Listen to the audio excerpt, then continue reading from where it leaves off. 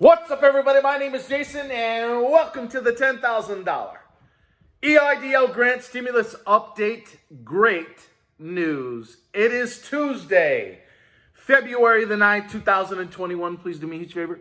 Give this video a thumbs up. Hashtag EIDL in the comments below. Copy and paste the exact title of this video. And don't forget to tag Jacky Rosen, John Cornyn, Big Ben Cardin, and your two state senators, and share it all over social media. And if you'd like to have a chance at your EIDL loan being forgiven, so you never pay the SBA a dime, I ask you to subscribe to this channel right now and hit the bell. All right, ladies and gentlemen. Oh my goodness.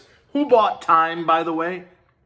TYME. I gave you that stock, what? A few days ago at $2.30.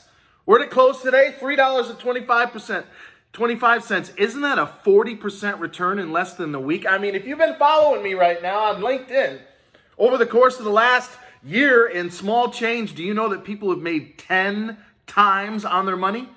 The NASDAQ's up what, 30%? S&P 500 up about 20% in the last 10 to 12 months? How would you like to make 10 times on your money? 40% less than a week. Do not chase it at $3.25. Where is it going? Somewhere north of 4, in my humble opinion, over the next 30 to 60 days. So you're very welcome. I hope you bought that. It's just the first of many, so pull up a chair. I've got a trusty cup of coffee. Ladies and gentlemen, you'll be happy to know I've got a lot of information I want to give you today. I've been straight out. I got too many irons in the fire. I got my own company, Remote Sales. We help companies sell from home. I've got partnerships with other organizations that are selling over $5 billion a year in product and services.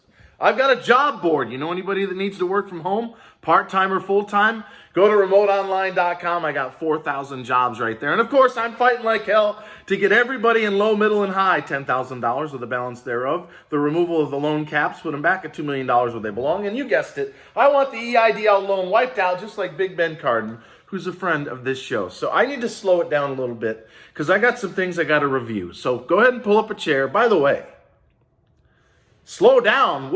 Slow down? What is it? It's 4:45 and we're just picking it back up again. 40%. TYME. Tell me who bought that stock at $2.30. Do not chase it at north of $3. I want to know. Most importantly, I got some great news. We had some yesterday. I got more today. I need to know in the comments, not only who bought time, and are you happy with the fact that you made 40% on your money in a few days? Who has gotten the letter from the SBA, targeted advance at sba.gov? Make sure you check the email. A lot of scammers out there. Who's gotten the email to fill out the targeted EIDL advance that I'm going to go over today? Because we got some news breaking. I've gotten over 15 emails, actually way more than that, but 15 emails that have to do with the fact that, Jason, I'm in middle income. And the SBA is asking me to fill out the targeted EIDL advance. So I want to know, and you're not going to get in trouble, who's gotten the targeted EIDL advance email? And if you filled it out, tell me in the comments below. And also include in your comment, are you in low income? Do you think you're in low income, which means for the most part that your city or town is 80% of your state? So if your state's 100 grand, you're at 75 grand, you're low income. But the reason why I think, and you're not going to get in trouble, so if you think you're in middle income, just say, I think I'm in middle income, but they sent me the portal, and you have every right to fill it out, because here's the deal. There's multiple subsections of that IRS code that the SBA is using. For example, if you live in a town of 2,000 residents or less, even if it's swanky, you're low income. If you live in a poor section of Beverly Hills 90210, you could very well be low income. So there's about 7 or 8 different variables in that IRS code, or the SBA is just saying, you know what? We don't have that many people that are in absolute low income. We need to expand this out a little bit. Ryder over at Skip and others have been telling you that. I've been telling you that since day one. So is it possible that the SBA could cover up to half of those of you that are watching me in Section 331, the targeted EIDL advance? I don't know. But once again, if you got the email, let me know. Did you fill it out? Do you think you're in low income? And how many of you think you're straddling the fence, maybe even on middle income, but because the SBA may in fact be widening the parameters with respect to who's qualified for the targeted EIDL advance? Let me know below. And one more time, you're not going to get in trouble. If the SBA says you're in low income, by golly, you're in low income with respect to what they're using as guidelines in Section 331. So let me know. All right, look. Max Maher, writer over at Skip. Those are two of the best channels with respect to the targeted EIDL advance and the whole screen share. By the way, my $1,700 computer, if you didn't see it yesterday, that fell on the floor in the middle of the fucking video and I did not edit that out, it seems to be doing just fine, although the fan's driving me nuts. I have a Dell Inspiron. It runs real loud, and ever since it dropped on the floor, it seems to be running louder. Maybe it's pissed off. Maybe it thinks I should have edited that out. I don't think so. We don't edit around here. We're raw, real, uncut, and unedited. And by the way, I got another stock pick. I'm getting real close to giving you another one, so stay tuned for that. All right. Great news. They seem to be broadening out what is defined as low income, so make sure you tell me in the comments below. I have pinned in the top comments a number of assets. Yesterday, I talked about an amendment that Jacky Rosen added into the $1.9 trillion budget reconciliation, which is probably going to take right to the last minute because the benefits run out in March. So don't be surprised if they go back and forth for another 2 or 3 weeks before they pass that damn thing and torture each and every single one of you that are watching. But at some point, it's going to get done, whatever the number ends up being. But Jacky Rosen has heard an earful. If you follow the residents of Las Vegas, which is a middle-income town, they've been lighting her up on Facebook and Twitter. And to her credit, on Thursday afternoon, and it's pinned in the top, it's Jacky Rosen video with Isabel Guzman. And by the way, can you tell that Miss Isabel Guzman is salt of the earth? Right? No more of this Hermes Versace scarf crap from Miss Jovita Carranza. You can tell Miss Isabel Guzman is a champion of the people, primarily the little people, 10 employees or less, whether you're inside or out of minority, it really doesn't matter. Her reputation, as per Karen Mills, who again says it was a mistake to ration the grant at $1,000 per employee, and she wants you to get another 6 months of working capital. Who's Karen Mills? Well, she's pinned in the top comment under Big Ben Cardin's Facebook Live. She used to run the SBA under the Obama/Biden administration. There's no way, and all you got to do is look at Jacky Rosen's new video, where Miss Guzman agreed to work with Jacky Rosen and John Cornyn, who's involved in this amendment, by the way, to get rid of the EIDL loan caps. There's an amendment of 3 that she just put in on Thursday that moves the cap back to $2 million where it belongs, eliminates the $150,000 for you larger small businesses, and it removes the caps on the EIDL grant. So if you watch the video, what Miss Jacky Rosen must be talking about is Section 332, the emergency EIDL grant, because there is no cap on the targeted EIDL advance.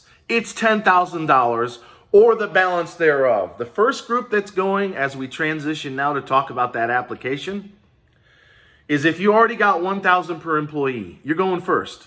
They seem to be starting off with the lowest of low income, but not necessarily so. Like I said, I've got 15 emails in my email box. People that are afraid they're going to make a mistake because they think they're in middle income. Well, as I just said, there's about 5 or 6 subsections of that IRS code. Or maybe the SBA is saying, geez, we're never going to spend $20 billion. Don't forget, it took us 5 months to go through $20 billion for low, middle, and high last year. Yes, they rationed it, but I don't think there's any more than 1 million to 1.5 million people of the 9 million that applied that are going to be in low income. So with all that money, they may be in fact saying, well, why don't we just widen it out a little bit? I don't know. That's why I need to hear from more of you in the comments below. But you need to be very, very careful. And you may have seen Max or Ryder do this video. It's a 2-step process. In my humble opinion, based on the application that I've gone over many times, they're having a computer/algorithm scan your application the first time. It's looking at, did you sign 4506 T as in Tom, which is your tax return, giving the SBA access to that? Does your bank and routing information match what they have on file? Because you've already gotten $1,000 per employee. If you're getting an email right now with your own unique portal, by the way, you'll get your app number 3334 and basically a ticket number. This is not a public URL that you can go to, but they're going to send you an email. Those that got $1,000 per employee go first. Those that applied after July the 15th and before December 27 when the law passed go next. So obviously this is going to take a while, but you need to be careful. I would not fill this application out, for example, at 2 o'clock in the morning, because you may not be able to get somebody on the phone at the SBA.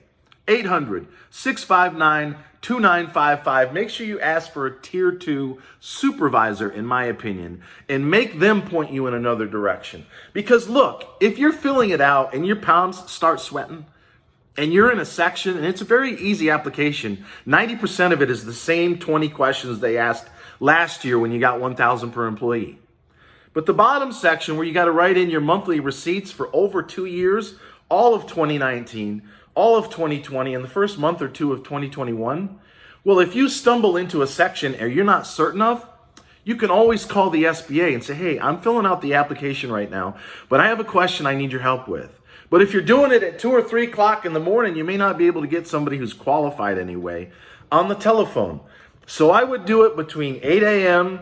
and 6 p.m. if you're asking me. So look, check it 9 ways to Sunday. Those questions: are you a felon in the last few years? Are you behind on child support?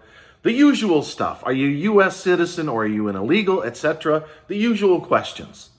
The one you want to be really accurate about is make sure your bank information matches. And if you're an LLC or an S Corp, your name, your corporate name, has to be exact with your business checking account. You can't use a savings account. Now, if you're a side hustler and you're an independent contractor, you can use your personal name, but your personal name better match the personal name on your checking account, not your savings account. It's got to be exact or the machine's going to throw it off. And if you read the fine print, as other channels have pointed out to you, they're trying to say that if you screw up this first pass through on the application, you may not be able to do a reconsideration. I think that's bullshit. I don't think they're going to hold to that. I think they're just trying to say we've got limited resources, so please make sure you're accurate, because if they end up denying tens of thousands of people, maybe hundreds of thousands, because one little letter or one little comma, ink, or whatever the hell it happens to be is off, they're going to sue the SBA. There's no way they're going to allow people to get away, or the SBA to screw large numbers of people because of a minor mistake. But you want to be very careful. I think it'll be a machine in the first pass. Then they're supposed to send you an email saying, well, you made it through gate number 1. You need to send in your bank information. And that's when I think the human beings may get involved. Someone will take a quick look and say, looks like it matches what he or she wrote in the grid for the 20 plus months of income sources. So again, before I let you go, you got to have that 30% economic loss, ladies and gentlemen. Whatever you write in for the months of 2019, or you can also use the first 2 months of 2020, January and February, before the March 2nd cutoff. Sometime between March the 2nd and December 27th, you got to go down 30% relative to 2019 or the first couple of months of 2020. So do not lie to the SBA.